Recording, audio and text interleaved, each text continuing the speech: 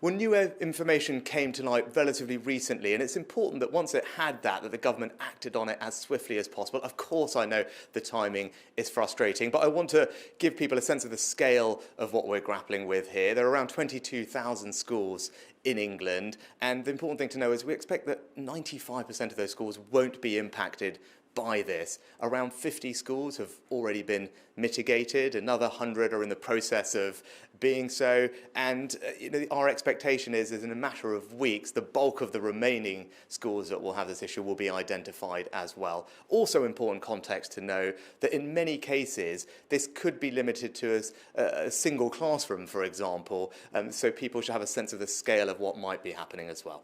No, I think that is completely and utterly wrong. Actually, one of the first things I did as Chancellor in my first spending review in 2020 was to announce a new 10-year school rebuilding programme for 500 schools.